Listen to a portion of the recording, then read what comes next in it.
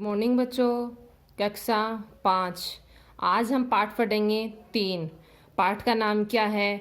अपनी वस्तु। देखो, अपनी वस्तु में खुद की जो चीज़ होती है, खुद की जो वस्तुएं लेते हैं हम, तो उसमें क्या क्या करते हैं।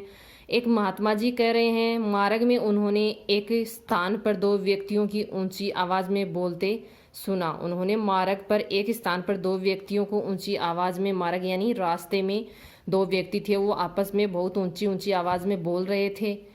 एक दूसरे के प्राण लेने के लिए उद्यत, उद्यत का अर्थ होता है तैयार होना, दिखाई देते थे।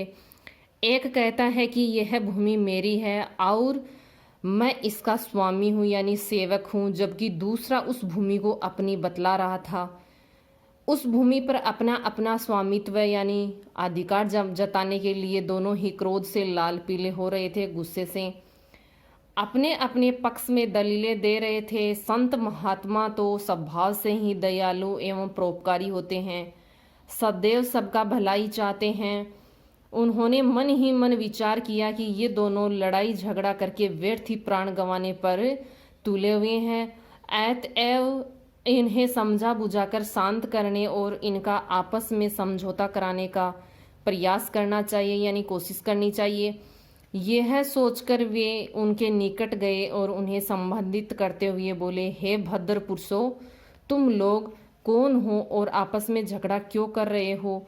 महात्मा जी को देखकर उनमें से एक व्यक्ति बोला, महात्मन, हम दोनों भाई हैं।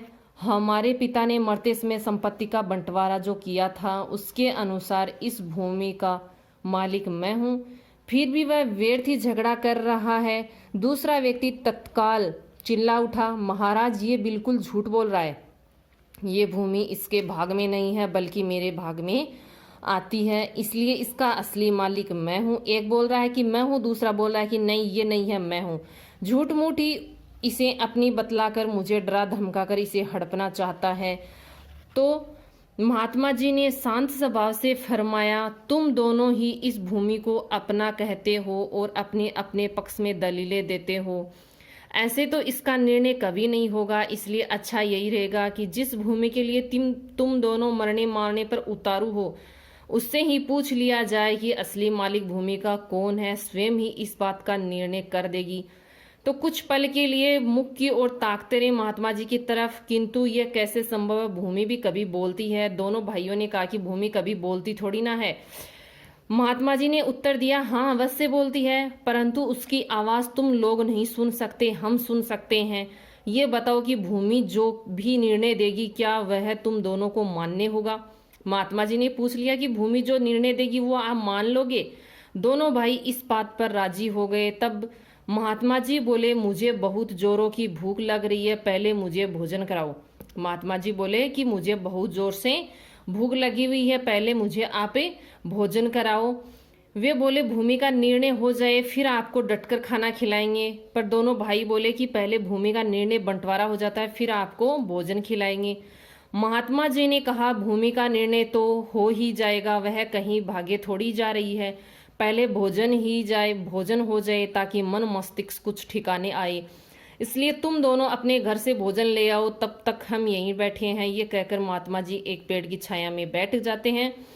दोनों भाई घर गए, अपने अपने घर से भोजन बनवा कर ले आए। महात्मा जी ने उन दोनों को बैठ जाने को कहा। भोजन के 3 भाग किए और दोनों भाइयों को भोजन करने का आदेश देकर स्वयं भी भोजन करने लगे। इस प्रकार ऊपर की सब बातचीत तथा भोजन आदि में लगभग 2 घंटे लग गए। महात्मा जी की इस समस्त कार्यवाही का उद्देश्य केवल यह था कि दोनों का क्रोध कुछ कम हो जाए, ताकि उन्हें समझाया बुझाया जा सके। और हुआ भी यही कि दोनों सब भोजन से निवृत्त हुए तो काफी शांत हो गई, यानी भोजन किया तब उनका गुस्सा वो थोड़ा धीरे हो गया। उन्होंने महात्मा जी के चरणों में विनय की, महाराज ये भूमि तो कुछ बोलेगी नहीं, इसलिए आप ही हमारा निर्णय कर दीजिए। दोनों भाइयों ने क्या कहा कि ये भूमि नहीं बोलेगी, आप दोनों का निर्णय कर दीजिए। महात्मा जी ने कहा, हम इस भूमि से पूछकर इसका निर्णय करते हैं। यह कहकर उन्होंने अपना कान भूमि के साथ लगाया और कुछ सुनने का प्रयत्न कोशिश की, और भूमि के साथ कान लगाए रहे। सीधे बैठकर गंभीर वाणी में बोले, यह भूमि तो कुछ और ही कह रही है। दोनों भाई बोले, महाराज भूमि क्या कह रही है?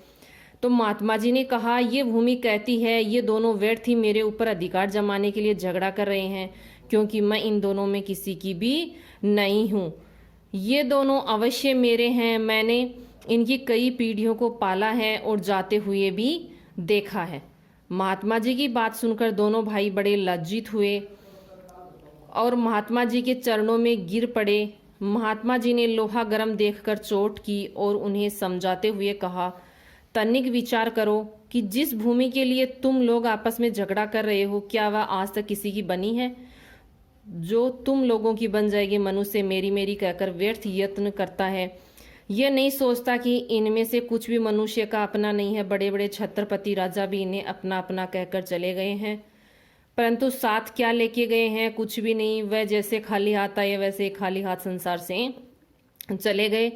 तुम लोग भूमि के इस छोटे से टुकड़े के लिए झगड़ा करके अपना अनमोल जीवन गंवाने के लिए क्यों बैठे हो, क्यों तुले हो? ये भूमि न तुम्हारी और न ही तुम्हारी बनेगी। भूमि की क्या, संसार के जितने भी पदार्थ हैं, धन संपत्ति मकान, ये कुछ भी तुम्हारा नहीं है। तुम्हारी अपनी वस्तु जो तो केवल भजन भक्ति और तुम्हारे अच्छे कर्म है। लोक परलोक संगी साथी तो सब कुछ यहीं रह जाता है। अतएव आपस लड़ने झगड़ने, मनुष्य जन्म के मूल्यवान समय को व्यर्थ नष्ट करने की अपेक्षा जीवन को अच्छे कर्मों और नाम सुमिरन में लगाओ, ताकि तुम्हारा लोक परलोक संवर जाए। दोनों ने महात्मा जी के चरणों में गिरकर अपनी भूल के लिए क्षमा यानी माफी मांगी। उस दिन सबके साथ प्रेम का व्यवहार करते हुए, समय को भजन भक्ति में लगाते हुए अपना जन्म सफल करने लगे। ये दोनों भाइयों की कहानी है। धन्यवाद।